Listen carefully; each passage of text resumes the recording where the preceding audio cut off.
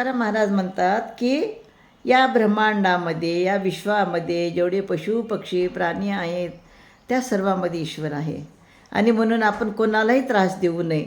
आणि म्हणून काय म्हणतात बघूया अभंगामध्ये, मारू नये सर्प संताची अदृष्टी, होतील ते कष्टी व्यापकपणे, एकसूत्र जीवशिवी ऐक्यता, रोम पडिता अंग कापे, नाही साहो येत दुःखाची ते जाती, परपीडा भोवती साम्य झाली, तुका मने दिला नीतीचा संकेत, पूजा नावे चित्त सुखी तेने.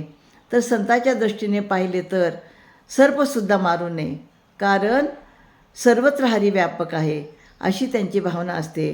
त्यामुळे सर्पाला मारले तर ते दुःखी होतात. म्हणजे सर्पाला मारलं, एखाद्या पशुपक्ष्याला आपण जर इजा केली तर ते दुःख कुणाला होतं? ईश्वराला होतं. जीव आणि शिव याचे ऐक्य आहे, ही सूत्र आहे. म्हणजे जीव आणि शिव, शिव म्हणजे भगवान शंकर, ईश्वर म्हणजे जीव. प्रत्येक प्राणीमात्रातला जीव आणि शिव हे एक आहेत. आणि म्हणून कोणत्याही प्राणीमात्राला आपण त्रास देऊ नये. त्यामुळे अंगावरचा केस उपडताच आपणास दुःख होते, तसेच सृष्टीतील प्राणीमात्रही दुःखी होतात. हे दुःख संतांनासुद्धा होते. सर्व प्राणीमात्रात एकता असा त्यांचा अनुभव असल्यामुळं परपिढीचे दुःख ते सहन करू शकत नाहीत.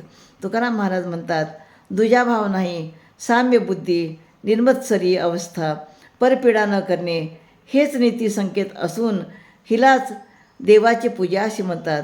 यामुळेच जीव सुखी असतो. म्हणजे आपण आपल्या कर्मातनं म्हणजे कुणालाही त्रास होईल असं आपण काहीच करायला नको आहे, कारण जीव शिव एकच आहेत. आणि म्हणून आपण त्यांना जर त्रास दिला तर संतांनाही त्रास होतो, ईश्वराला त्रास होतो, असे या ठिकाणी सांगतात. रामकृष्ण हरी.